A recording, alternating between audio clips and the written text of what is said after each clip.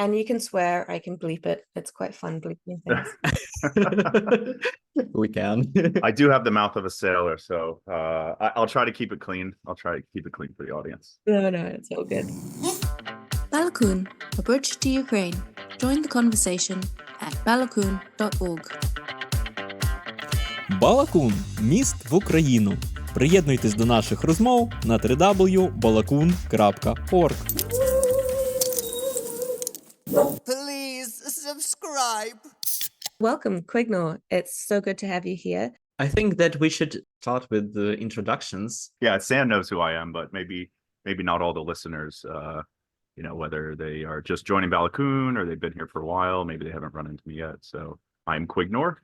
I joined Balakun when Sandi put out that initial tweet way back, last August? It had to have been August or July. In August, yeah. Yeah, because we got kickstarted in like mid-September, I think. Anyway, yeah, I joined the initial call to action. At that point, I had been getting a little more involved with NAFO, donating, and I was just kind of spinning my wheels here in the United States. What can I do more? What can I do more? And I had planned my first trip to Ukraine right around that same time that Sandi put that tweet out. So I joined Balakun, and then basically within a month, I was on my way to Ukraine. So today's news is... Ukraine managed to down 13 Russian planes in 11 days. The Air Force of the Armed Forces of Ukraine shot down 13 Russian aircraft in 11 consecutive days. 10 Su-34 and Su-35 fighter bombers and a rare A-50 radar plane will no longer fly. Oops, we did it again, tells the official Twitter of Minister of Defense of Ukraine. The enemy has overcome the fear of using aviation directly over the battlefield, the Ukrainian Center for Defense Strategies explained. And although this results in the loss of aircraft, their ground forces gain a significant firepower advantage. Forbes journalist David X writes, "This is many more warplanes than the Russians can afford to lose in a little more than a week." Hamstrung by foreign sanctions, the Russian airspace industry is struggling to produce more than a couple of dozens new airplanes a year. The Russians are losing jets 20 times faster than they can replace them. It's possible the Ukrainian Air Force has assigned some of its American-made Patriot missile launchers to mobile air defense groups that move quickly in close proximity to the 600-mile front line of Russia's 2-year wider war on Ukraine, ambushing Russian jets with 90 miles range PAC-2 missiles, then swiftly relocating to avoid its counterattack. The journalist concludes that support from the United States, which the United States House of Representatives has not yet approved, would help replenish Ukraine's weapon supplies and prevent it from getting into a difficult situation. As I ask our guests, what was your perception of Ukraine before February 2022? I mean, to be honest, I didn't know a lot about Ukraine. I mean, I knew when everything started in 2014. I was kind of a soft supporter, I would say, at that point. I knew what was going on, but I wasn't as outspoken and active as I am currently. But I mean, my perception, honestly, was it was a former part of the Soviet Union. I kind of had that misconception that, all of former Soviet Union is kind of all the same. And it wasn't really until I got more active and actually got to Ukraine where I realized a lot of those were misconceptions. And what have changed so far? It's a modern country. The people are great. I didn't have any conceptions that they were going to be like terrible people, that Ukrainians were going to be terrible people. But, being in the United States, we kind of always had this image of like what the Soviet Union was in Eastern Europe, just all gray and run down. Is it actually? No. I mean, sometimes, the weather was pretty bad, so the sky was usually gray, but it's winter. Exactly. Yeah, exactly. So, I got the winter. I mean, all the trees were dead and whatnot, but no, I mean, it's just beautiful, hundreds of years of history, all expressed through artwork and architecture and culture. It really is such a beautiful country. So your first visit, were you just in Lviv? Yes. So my first time in October was just in Lviv, and I was just doing one volunteering project. So I only worked with one group the entire time I was there. And what did you do? So we worked in a volunteer kitchen where we were getting tons of vegetables shipped in daily and chop, chop, chop, chop, chop, put them in a bucket. They go get dehydrated, packed up, and sent to the front for meals for the soldiers. So it was just hours and hours every day, just chopping vegetables, chopping vegetables. Yeah. According to Yana, that's very good for your soul, chopping. I digress. This visit, you explored a few other places. Could you tell us about your most recent visit?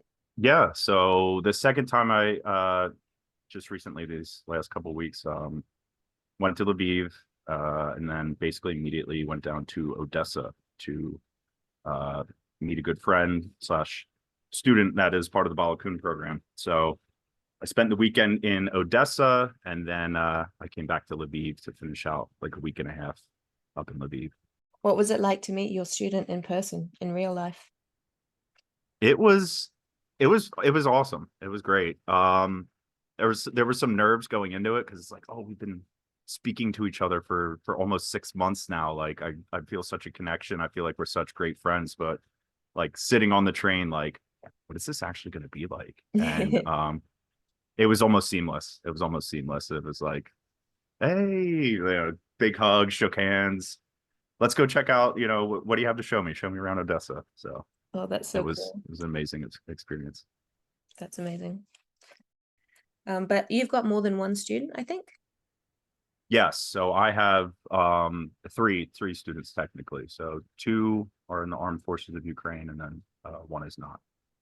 And you mentioned that you was in Lviv and Odessa. And what are the other cities that you have been to? And what do you find most attractive about those cities? Those are really the only 2. I mean, I wouldn't count stopping through on a train. Like it went through Venezia. I wouldn't count that as visiting them. I mean, looking out a train window doesn't really get you a full picture of the cities itself. But I mean, Lviv is very beautiful. It's got a lot of that, kind of like the 1700s, that kind of Eastern European, a lot of that Polish influence in the architecture. A lot of Odessa is pretty similar, except maybe like outside the main city square where it's a little more of the concrete apartment buildings. But most central cities, it's so beautiful. I mean, I don't have a lot of experience traveling outside of the United States. Ukraine was actually the first place I've ever visited outside of the country, barring my stop in Poland to even get there. So I didn't really have many expectations. When I got in both times, it was the middle of the night, so it's pitch black out. So I kind of walked in like, where am I? I'm wandering around trying to get to my hotel. But then the next morning, just walking around the squares, like, oh my God, it's so beautiful. Was it quite arduous getting across the border? No, not necessarily. I mean, there's several ways you can do it. You could take the train that comes out of Przemysl. Sometimes people take the bus, and then sometimes people will walk across the border. Walking across the border is probably the easiest way, as I've been told. The train wasn't too difficult. It's just once you hit the Ukrainian border, they stop the train, the military police get on, the border guards, they'll check everybody's passport and whatnot, and the train just crawls while they check everybody and make sure everybody's okay. So it wasn't arduous, just a little time consuming.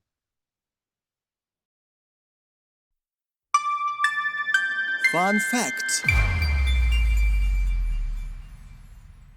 As we talked about visiting Ukraine and traveling through Ukraine, and our guest told about taking a train in Ukraine, today's fact will be about Укрзалізниця. The route Ужгород-Лисичанськ is the longest in the entire history of Укрзалізниця.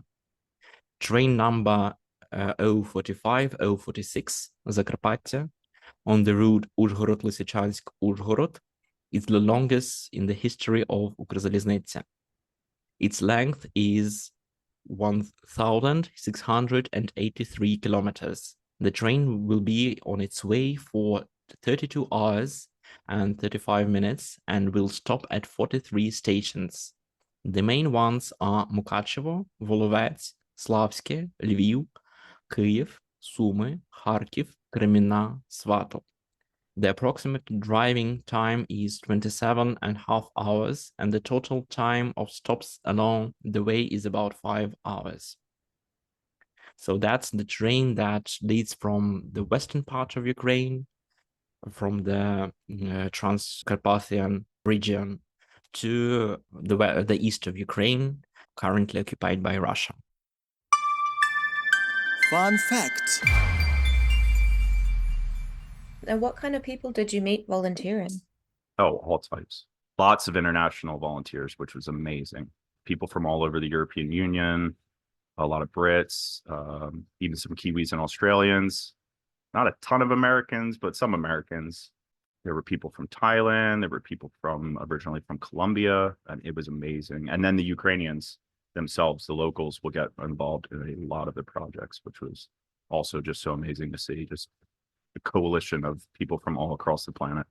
As you've met many people and been to Ukraine twice, could you share some interesting or amazing or funny story? Yeah. Gosh, I've got a ton of stories. I guess right off the bat, I will say, don't stay out past curfew. It's not a game.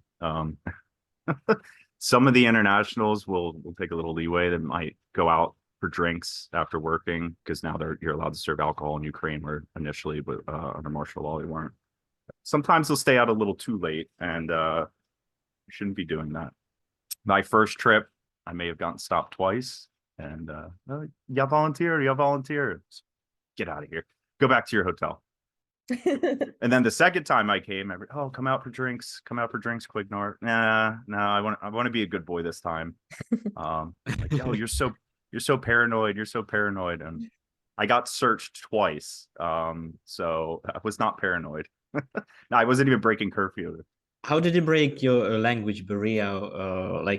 When you said that you were searched twice, how was it going? How was the language barrier, as not everyone speaks English? Yeah.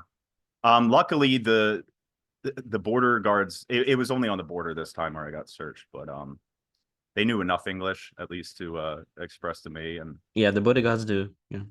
It's probably because of the way I dress. So I have like this brown military jacket, and my backpack's like this kind of military style. So immediate red flags when they see me. So come with us. Everybody on the train's just staring at the obvious foreigner, picks up, grabs his bags, and go through it all. Before we started the recording, we greet each other, and Quignor has greeted me in Ukrainian, and it was really surprising for me. So I guess that you learn Ukrainian, right? I'm working on it. How is it going? Ohana. Wow, you have really good, you have Ukrainian accent, but speaking Ukrainian. It's difficult. Right now, I started using Duolingo, and I got my streak going. I'm at 681 days of nonstop practice, but it's not very helpful, because when I got to Ukraine in October, I started trying to say all these phrases that I had learned on Duolingo, and people were looking at me like I had 3 heads. My pronunciation was terrible. So that's another fun thing I do with my mentees. Every once in a while, I'll throw a phrase at them that I learned, and I'll get my pronunciation corrected, and I'll go from there. But it's kind of funny trying to pull that out when I was in Ukraine. Like when I was in the kitchen, some of the ladies were trying to tell me to move something somewhere, and I kind of understood the gist of it, but I told them, I said, "Я погано розумію українську мову." Oh, he could speak Ukrainian. And they just start saying all this, and I'm like, whoa. I don't understand. Try to pronounce this. we have this heading where I torture Sandy with Ukrainian words and Ukrainian sentences each time it's new word. And the one thing that is very hard for San is to pronounce the sound h, and you pronounce this just correctly, just like it is in Ukrainian. Could you give some advice for Ukrainian learners to how to pronounce this sound? Could you teach Sandy how to say this? Yeah, not Sanji, but to I guess everyone who studies who learns Ukrainian, because me as Ukrainian, I cannot explain how to pronounce it. I tried, but I didn't succeed. Maybe you who learned how to pronounce it would be in position to explain it. My best advice is don't be afraid to sound silly. You're going to pronounce it wrong. There are sounds in Ukrainian that just do not exist in English, and even linking certain letters together, it's just mind blowing. So just practice, mess up, make mistakes, get corrected, and just keep trying. Continue to be tortured. Yes. Yes. Maybe one day you'll get it, or maybe not. I mean, Yeah. We can practice it right now. I have already a word for today's or this week episode. It will be the word weather, and the sentence is: in winter, the weather in Ukraine is dull. So in Ukrainian, the word is pohoda. It has this your favorite sound, and the sentence is: взимку погода в Україні понура. I'll write it into the chat. yes, please. Взимку погода в Україні понура. Взимку погода В Україні. Yeah. В Україні понура. Yeah, great. San, it's your turn. Don't hide behind the mute. Could you say it slowly for me, please, Veet? Okay, sure. Погода. Pohoda. Yeah, and give it more sound. Погода. Pohoda. Pohoda. Погода. Pohoda. More sound to it. Погода. Pohoda. I'm just saying it louder. It doesn't make it better. It's not giving more sound. Make it more consonant. Взимку погода в Україні понура. Взимки pohoda в Україні Взимку. взимку. Взимку pohoda в Україні понура. And without pauses, just once again. You see what I have to go through. And each time, the same story. Взимку pohoda в Україні понура. Okay. Дуже добре. Thanks, Quignor. Vitaly never gives me enough praise. Great job. But we're all about positive reinforcement. She sells seashells by the seashore. I remember that. You could come up with Peter Piper picked a pack of pickled peppers. Or Batty Butter bought some butter, but she said the butter's bitter. If I put it in my batter, it will make my batter bitter. What? Supercalligraphistic expialidocious. Yes, I've got you. What the I'm trying to understand what's the meaning of the word. Don't worry about the meaning. Supercalligraphistic expialidocious it's like Expelliarmus. Supercalifragilisticexpialidocious. Go away. Haha, I win this round. Гриби. You've obviously never seen Mary Poppins. probably aren't words to describe your emotions. Now, gentlemen, please. On the contrary, there's a very good word. Am I right, Bert? Tell them what it is. Right. It's supercalifragilisticexpialidocious, even though the sound of it is something quite atrocious. You've never heard that before? No, I haven't. Although I like musicals, but more modern ones, I guess. This one, what? This is 64. Supercalifragisticexpialidocious. Supercalifragilisticexpialidocious, and it helps if you sing it. I don't think sing. If I sang, YouTube would shut down our channel for being too violent to the audience.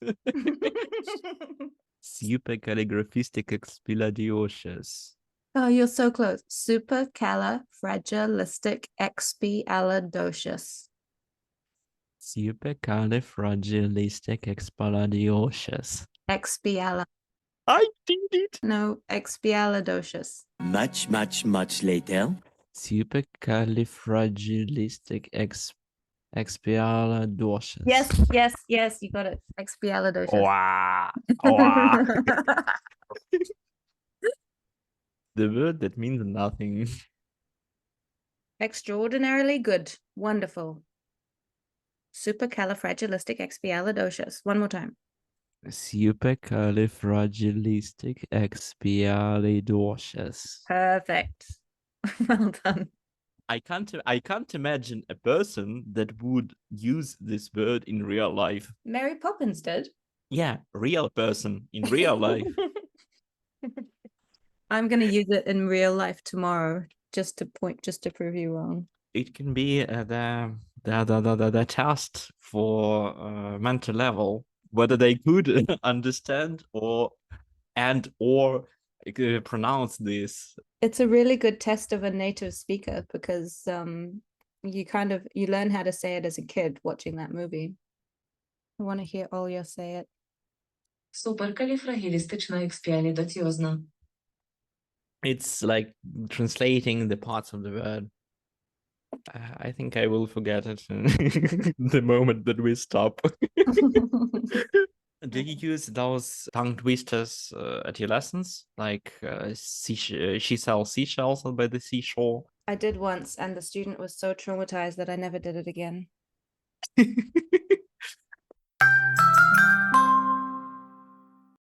You have some background in the military, and we've often talked about this actually.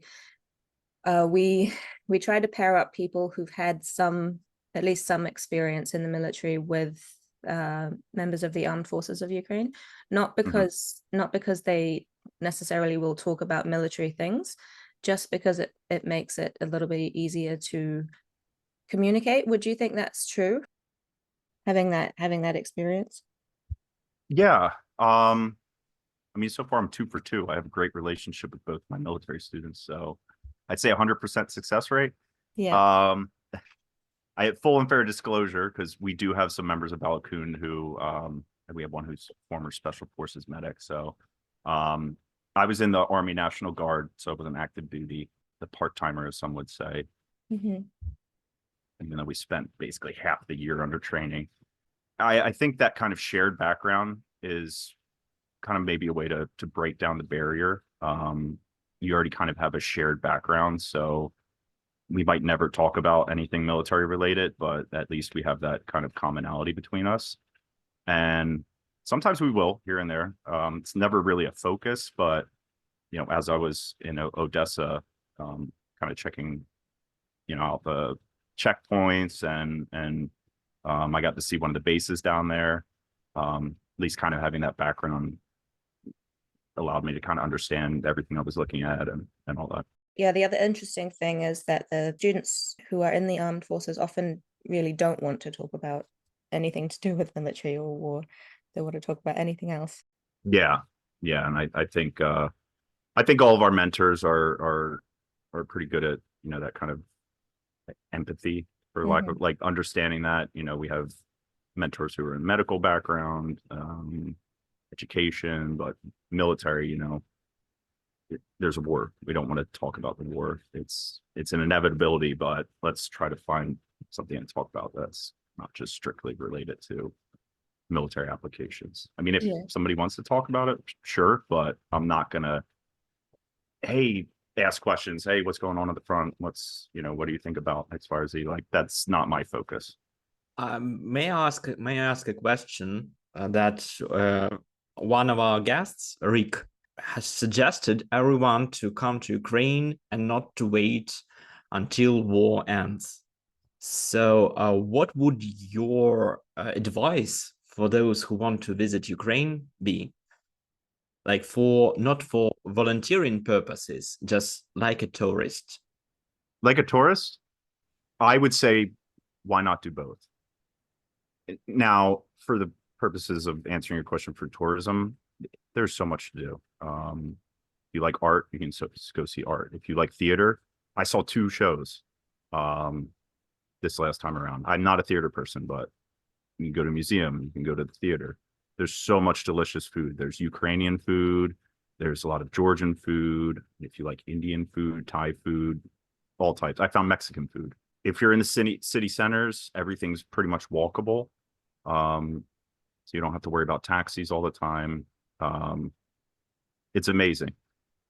My caveat is it's not 100% safe. I mean, I'll be completely honest. My first time in October, not a single worry. The second time around, the night I got in there was a missile attack in Lviv.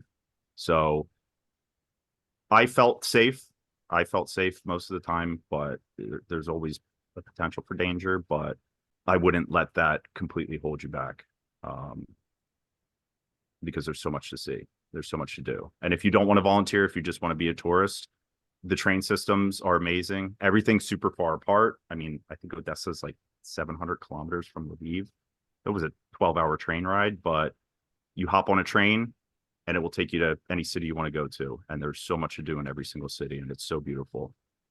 You will never not find something that might interest you when visiting Ukraine. 1 minute left. Can you say something nice about Balakun? I love Balakun. Join Balakun. If you're listening to the podcast, you probably already have, but the interpersonal connections that I've already made, both with fellow mentors and our students, not even my own students, but those who are, in the group chats, it's amazing. I feel like they're going to be lifelong relationships. It's just such a great program to be a part of. Yay. Thank you. Thank you so much, Quignor. Thank you. Thank you so much. All right, Bye-bye. bye, Sam. Bye, Vitaly. Thanks. Have a guys. good day.